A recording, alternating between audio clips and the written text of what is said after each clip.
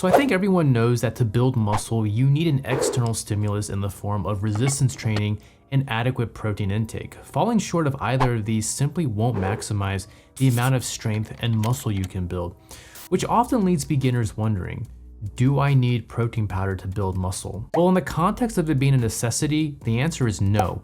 But here are some considerations for when you may want to use it and when it's applicable. First of all, protein powders are insanely convenient, and that would really be the #1 reason to use them. There's not much to it. You just scoop out the amount, place it in a shaker cup or a blender, and there you have it. This is great if you feel hungry after a workout, but not hungry enough to cook yourself an actual meal. Or maybe you don't have much of an appetite to eat, 4 to 5 meals a day, but you have a protein goal you want to reach. Again, a high quality protein powder delivers exactly that and nothing more. Now, one thing to be careful of is protein spiking. This is essentially when a company that sells protein powder intentionally but secretly lowers their protein quality so that they can cut costs. Essentially, protein spiking is when amino acids like taurine or glycine flood the bulk of your amino acid profile.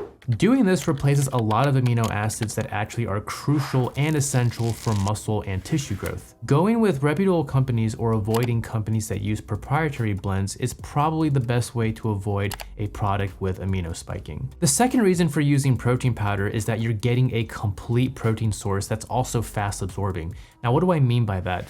Well, there are 20 amino acids that are involved in protein synthesis, and 11 can be produced in your body. These are termed non-essential because our bodies can synthesize them. Now, the other 9 need to be obtained through our food sources such as chicken, red meat, fish, and even some plant sources. Amino acids like leucine, for instance, are instrumental when it comes to building muscle, and you can get that easily through whey protein. And again, this is why protein spiking is a problem. When a company loads up their amino acid profile with cheap amino acids, it replaces the concentration of certain amino acids that you do need. And reason number 3, you're on a caloric deficit and you are trying to maximize your protein intake. Utilizing protein shakes as a means to hit your protein goal while being on a deficit is an excellent way to ensure that you are getting the amount of protein that you need. Now, it's not a meal replacement by any means, but there is an upper limit to how much muscle your body can synthesize a day, so at some point there are diminishing benefits from consuming more protein. Now, a good range to follow for protein intake is between 0.7 grams to 1.2 grams per pound of body weight. Now, with all that said, I think a lot of people ironically tend to disassociate protein powders from what they really are, which is just protein.